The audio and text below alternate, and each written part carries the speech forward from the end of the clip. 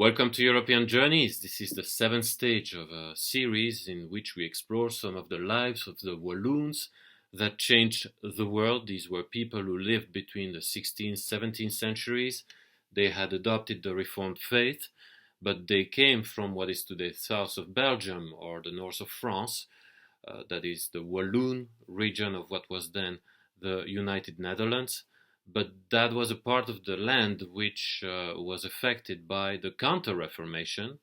That land was adopting very fast the Reformation, but the Counter-Reformation, which started with the invasion of the Spanish armies and the return of the Roman Catholic Church to control the land, had forced these people to flee and to find freedom of worship in lands where the Reformation was adopted. So they fled, and usually most of them became a source of blessing wherever they ended up to live.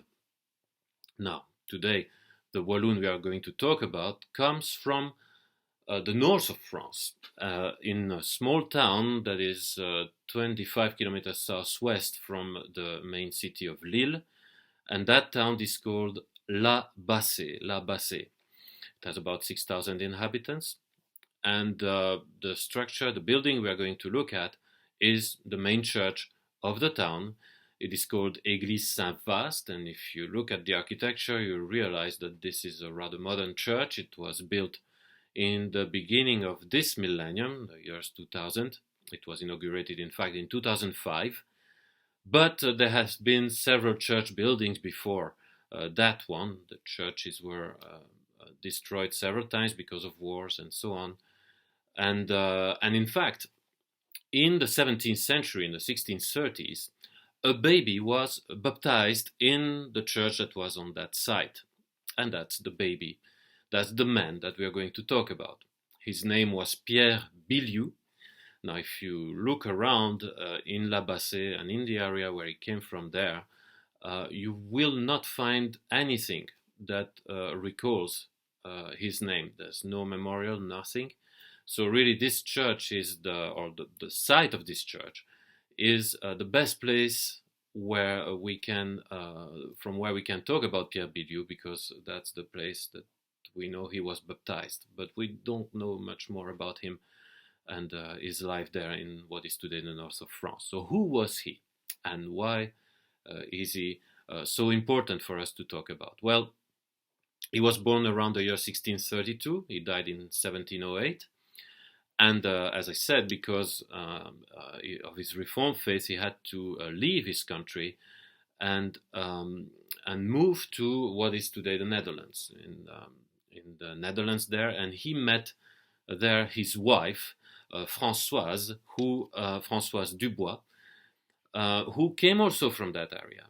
And they got married in the year 1661, and very quickly after, his wife became pregnant, and they embarked on a ship that went to what was then the New Netherlands, and in particular New Amsterdam. This was the Dutch colony in what is today the state of New York, basically.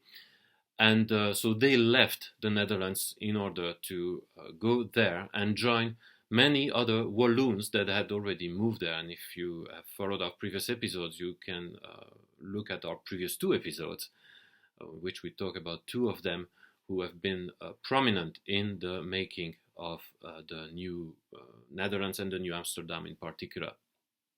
Now, Pierre Billiou and his wife arrived in America not anymore as a young couple, but as a young family, because the baby was born on the ship and was named Isaac, like the son of the promise. Well, that was, there's a bit of a parallel there. He was born there on the ship, on their way to America.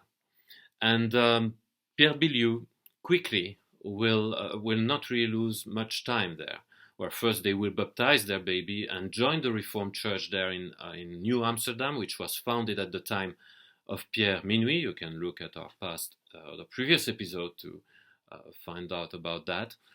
And so they joined the church there, and Pierre Billiou went quickly to the governor of the New Amsterdam, who at the time was the famous Peter Stuyvesant, asking him if he could settle in Staten Island. Now again, if you remember the past episode, I had said that Pierre Billiou had purchased, a few decades before that, both the islands of Manhattan and Staten Island.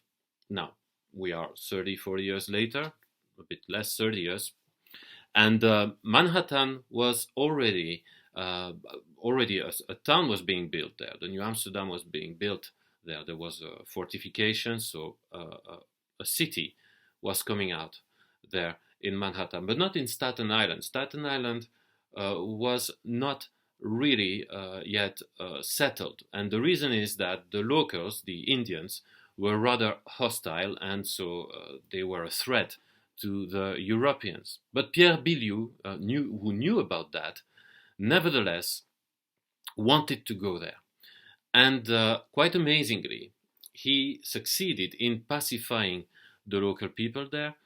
He succeeded in settling there and even in founding the first town there on the island of Staten Island, the first European town, which would be called simply the Old Town. Pierre Billiou, in fact, reflects what Jesus said, the meek will inherit the land. And this is what happened. Pierre Billiou had a meek spirit, which allowed him to establish contact with those hostile Indians and to pacify them. And so he was able to plant this new town. Now, the history will show, and we'll look at that in our next episode, that it would not be always peaceful. But nevertheless, Pierre Billiou in his lifetime was able to establish a peaceful contact with those people. Two other points about Pierre Billiou that are strongly related to his Reformed faith, what Max Weber would call the spirit of capitalism, the Protestant work ethic and the spirit of capitalism, was clearly visible in his life. He was a man of capabilities and he was a man of honesty. And he was a hard-working man. Well, quickly that will pay off in his life. He will be hired or be, in fact, appointed very quickly as the judicial officer of the first court of the New Amsterdam. And on that same year, 1664, in January, he was first appointed there at the court. And 2 months later, he was appointed delegate of the General Assembly of Manhattan. So he began to have roles in both the judiciary and in the political arena. And a few years later, he was also assigned an important role in the military as a lieutenant of the militia. And then for a brief time, he was also what was called Scout and Schapen in Dutch, that is sheriff and magistrate. So important roles that he would occupy there. And also, his Protestant work ethic would be seen in the fact that he would acquire a lot of other lands there, not just in Staten Island, but also in what later became New Jersey, the land that is west from the island, from Staten Island. And he also experienced during his lifetime the struggles of dominion between the English and the Dutch. He would live the transition from the Dutch to the English control, so from New Amsterdam that would become New York. But also he would be well appreciated by the English when the English would rule over the area. In fact, Pierre Billiou lived the last 40 years of his life there in America, in New Amsterdam, which then became New York. And today he is well remembered in Staten Island. Contrary to the north of France, he has a street named after him, and the house which he built there in Staten Island is still standing today and bears also his name. So it is rather striking to see that while he is well remembered there in America, he is totally forgotten, almost totally forgotten in the north of France, and yet he ought to be remembered. Well, I'm Cedric Placentino. See you next time for another stage of European Journeys.